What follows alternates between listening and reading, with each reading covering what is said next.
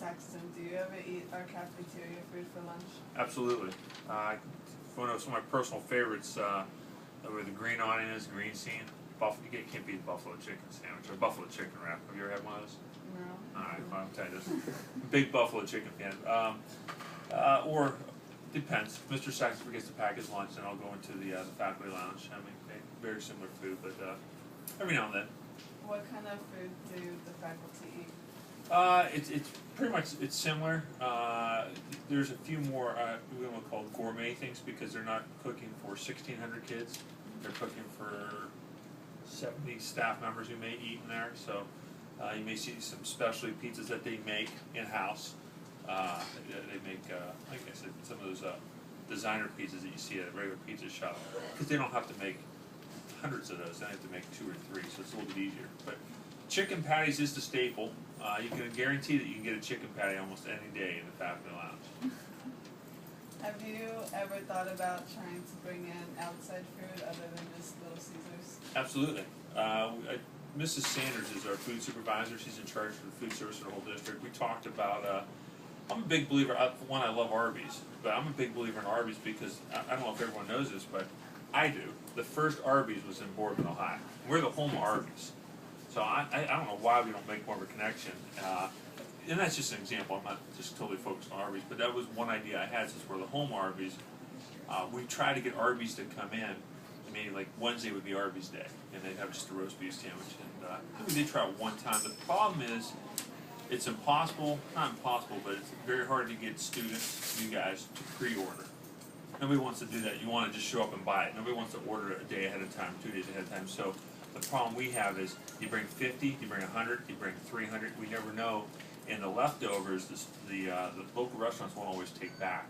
So it's a real balance between predicting what the students are going to eat and making sure that we're not losing money and having all this leftover food. If they were to do that, how would the students pre-order it? Do you just I would say like the idea we had was maybe like every Wednesday we could pick like maybe 4 or 5 local food places. You know, whether it's fast food or it's just something that's, I don't know, like a Cafe Capri, and say Wednesday is Arby's Day. The next week it's Taco Bell Day, and they just have 1 or 2 items. And then on Monday and Tuesday, you just pre-order, and maybe like we did. If you're here for the cookout we do on prom, you just get a little ticket. That way we already know how many to buy ahead of time. It would probably take some training to get people used to realize that you have to buy. You can't just show up on Wednesday and get it. If we get students used to doing that, then it would actually be feasible. We probably could pull it off. Do you think it would financially help Boardman High School to bring it in? Because I mean, I think a lot of students would buy lunch like more if they had stuff that was they recognized that students liked better, like Taco Bell and whatever. Well, there's a balance. One, believe it or not, food service is not a for-profit. Basically, we have to pay our bills. We can't run it in the negative, and we're not out to make oodles of money. We're not. We have to pay for the food itself, the cafeteria workers, and the cost of preparing the food. So that's how lunch prices are set, in case you're wondering how lunch prices are set. We'd have to take a look at, will bringing that food in make us, so we're running in a positive. Second thing is, nowadays the state and the federal have so many restrictions on what you can and cannot sell. And it's getting tougher, new laws are coming in place. So as long as the food was met the nutritional requirements set by the state and the federal government, we could bring it in. Okay, so then why, other than like pre-ordering, haven't we brought in outside restaurants like other schools have? Like, I don't know if you ever knew that one of the Massillon schools has a cafeteria with restaurants in it. A lot of places have done, what's the term I'm looking for? They contract out.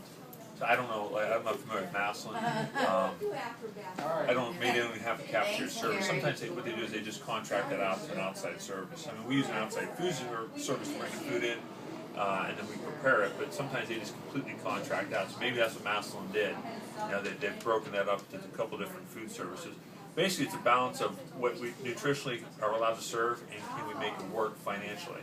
So a little bit of, again, we talked about at one point converting the end closest to the gym, where the square tables are. And you guys can picture that in your mind. Actually into a little mini food court. But financial times hit, we didn't have the funds to build that. So that idea got put on hold. We went to a really small scale, the green scene. We did that because it didn't cost much to put it on, and we made some in-house salads and wraps instead. Okay, so you said there was like state standards of food. Do you find the food that we eat to actually be healthy? It has to be, or it has to be. The state comes in and checks. If you take a look at the changes, even in the vending machines, if you look what we used to serve in the vending machines to what we serve in the vending machines, even the ones run by the Pepsi Corporation, even they've had to change. I mean, there's a whole list. Even the teachers are governed by that. They're even supposed to change what they hand to students. I know, yeah, there's no food police, so the teachers get arrested when they hand you a donut. But technically, you're not supposed to see donuts, a bagel or a muffin. Did like any of the food sales go down when you changed it all? Because I remember when we were freshmen, there was like cookies, Rice Krispies, all kinds of stuff. Probably initially, yeah. I'd tell you the number. I don't know if it's since you guys have been here. The number one selling item at Borman High School, my first 5 years here, French fries. Did they have French fries when you guys were here? They still have French fries. Yeah, but it was a different type of French fry. I mean, they had French fries every day for everything, and people were buying French fries left and right. But French fries was the staple food.